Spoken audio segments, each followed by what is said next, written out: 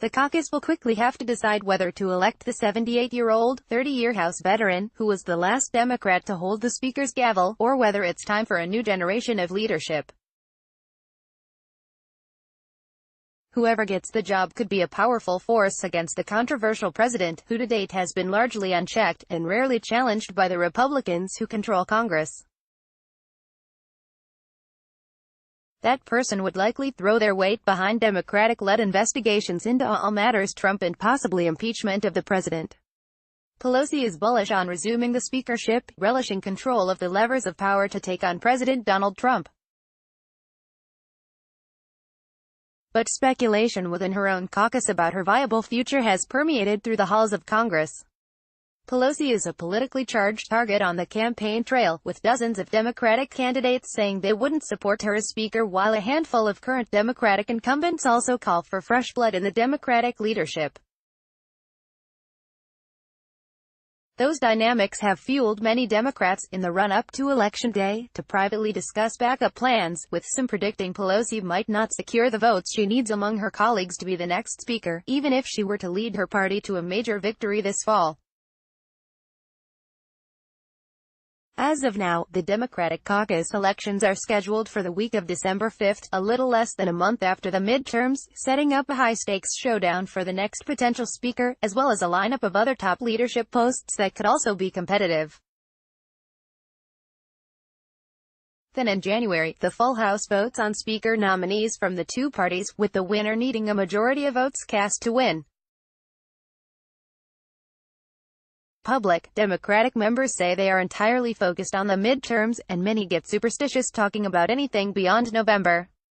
But behind the scenes, they're privately gaming out a number of potential scenarios.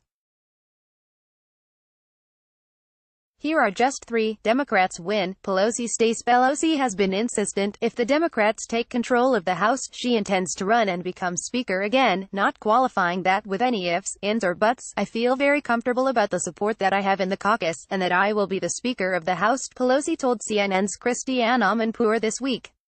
And certainly, she, as the highest-ranking woman in congressional history, has much ground to stand on, building up a long list of legislative accomplishments and relationships over her three-decade career in Congress. Top Democrats argue Pelosi would be uniquely experienced again as the next Speaker, someone who has led a Democratic House before under a Republican President, George W. Bush. No one else can make that argument, a Democratic leadership aide said. We face, in the majority, dealing with the Republican Senate and the Republican President. She is experienced in doing that and achieving things, in getting things done in that configuration, in that split of Washington. She'll lean on that argument, as well as the midterm results, once she starts corralling votes for herself after potentially winning the House. Winning washes away a lot of complaints, the aide said. And winning by a large majority makes that argument even more solid, especially with her fundraising prowess. Through June, Pelosi had raised $83 million for the Democratic Congressional Campaign Committee for the 2018 midterm elections, more than double the next closest Democrat, according to an internal list for the group charged with electing more Democrats to the House. Inside Congress, allies and opponents say consistently they never underestimate her power or her fight, and colleagues describe her as someone extremely disciplined and effective, most so when her back is against the ropes. She never lost a major vote on the floor, Democratic Rep. Jerry Connolly of Virginia told CNN. Her argument is going to be, do you really want to discard that, and try something entirely untried, unknown, and risk damaging the agenda with unknown, untried new leadership? Pelosi's team, at least publicly, is not blinking either. Leader Pelosi has always enjoyed the overwhelming support of House Democrats, and that will continue into the majority she's so focused on winning, said Drew Hamill, Pelosi's spokesman. Still, she likely will not go unchallenged. Representative Tim Ryan, the Ohio Democrat who ran against her for minority leader in 2016, is toying with a rematch. Democrats win, Pelosi leaves. This is the scenario members are playing with most behind the scenes. While Pelosi is adamant about staying, it's no guarantee. Dozens of Democratic candidates and at least 5 Democratic incumbents, according to a CNN count, have pledged to vote against her for Speaker. If Democrats take the majority by a slim margin, her path to victory is arguably narrow. I will not support her, Rep. Brian Higgins of New York told the Buffalo News in June, calling her aloof, frenetic and misguided. Pelosi is widely known as a solid vote counter, and it's all but certain she'll know soon after the election whether she has enough votes to win the speakership. If she feels she doesn't have the votes, it's a common belief in the House that she'll step aside and help usher in the next speaker. Pelosi publicly counters this argument, saying while it's time for new blood in the party, she also thinks it's a gamble in the current political climate for her to be absent from negotiations with Washington's top leaders, especially during battles with Trump. To have no woman at the table and to have the Affordable Care Act at risk, I said, as long as Trump's here, I'm here, Pelosi told Amanpour. While members are privately and subtly jockeying for the gig in case Pelosi leaves, it's not until November that those campaigns move into full swing. That's because there's no clear next-in-line successor to Pelosi. You could spin yourself crazy trying to game out the scenarios, one Democratic congressional aide said of the floodgates that could potentially open for members to run for top posts. It is easy to deny her 218, another Democratic aide said, referring to the number of votes the next speaker would need to win the full House floor vote. I think the struggle is then, who can get 218, the number 2 Democrat, House Minority Whip Steny Hoyer, has long been high up in the Democratic hierarchy. He's popular among the caucus and has spent many weeks on the campaign trail this year for colleagues and new candidates. While critics say the 79-year-old doesn't represent the new generation that many Democrats want, supporters argue he has the experience and the relationships with younger members needed to help transition the caucus to that next generation.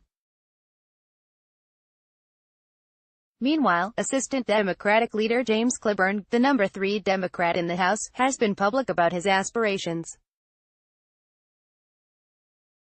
He told multiple media outlets last month that he was prepared to run if Pelosi decides to leave. And his supporters say it's time for the House to have its first African-American speaker.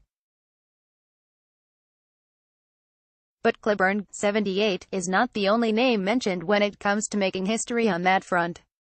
In conversations with members and aides, Representative Hakeem Jeffries of New York and Rep. Cedric Richmond of Louisiana, the latter of whom chairs the Congressional Black Caucus, are 2 other names brought up as potential candidates for Speaker or other top leadership positions, as they would also represent a younger generation. Both men are in their 40s. Richmond, who's been vocal in his support for Clyburn as potential Speaker, said Democrats shouldn't hold Clyburn's age against him. I think we should have young people at the table and involved in leadership. I really do.